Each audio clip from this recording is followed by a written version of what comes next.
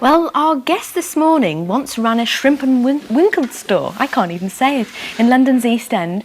Then he became a steam-trained fireman, and then he was a singer, famous for his Cockney rhyming slang and his brothers. Now Joe Brown is wowing the West End at the moment, and this time it's as the star of Pump Boys and Dinettes. It's a bubbly musical set in a roadside diner. Now, just let's remind ourselves of that chirpy Cockney voice that put Joe Brown on the map. Well, did you get that? Where did you get that tile? It's the nobby one and quite a proper style. And I wished I had one, just the same as that. Wherever I go, they shout, hello. Oh, where did you get that at? 99. Hey, Joe, you... Not fair. You didn't tell me. It is fair. Now, what isn't fair, though, you made your name as being a Cockney singer and rhyming slang, but you're not a proper Cockney, are you? No, I was born in Lincolnshire, but they only while my mum had me, like, you know, they thought they'd take her away, and as soon as I was born, they brought me back to the Blitz, which I thought was very nice of them, you know. So you're only a bit fraudulent then, you are Well, I was Cockney. brought up in a pub in the East End.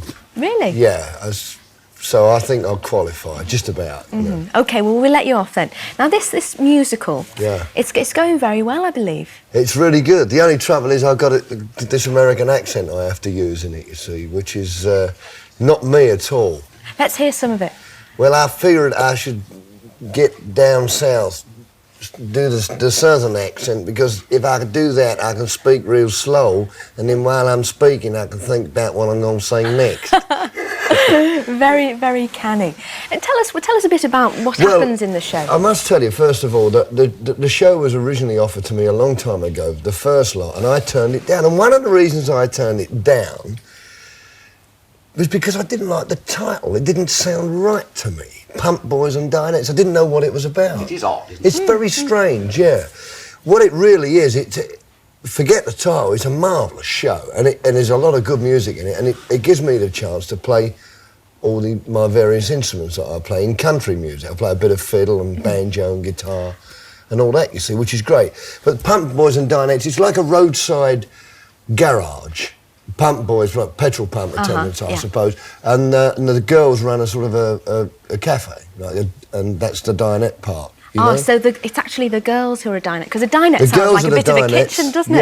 Yeah, the actual show itself is a marvellous set. It's a one-set play, and they try to incorporate the theatre into it as well. So you've got, like, as you go in, you've got the dinette, like that side of the set, and the garage. It's not supposed to be two different sets. It's all one set, if you know what I mean. But it's great the way that it works. Well, my mum and dad made a rare pilgrimage down to London to see the show. Not from Liverpool. From Liverpool. Oh dear. And they were quite horrified because they got there and they're always early because they hate to miss anything. Yeah. And they sat down and they looked around and they found themselves sitting on the stage practically, according to them. Yeah. So you actually use the audience as part of the set, don't Well, you? we've moved now from the Piccadilly Theatre to the Albury Theatre. And it's slightly different at the Albury because at the Piccadilly we had some tables at the front where the people would sit at the tables, not the whole of the auditorium, just at the front bit. And it was a good idea, I think, because it just split that, it broke down that heavy line between the audience and the, and the players without actually making it into a review type situation.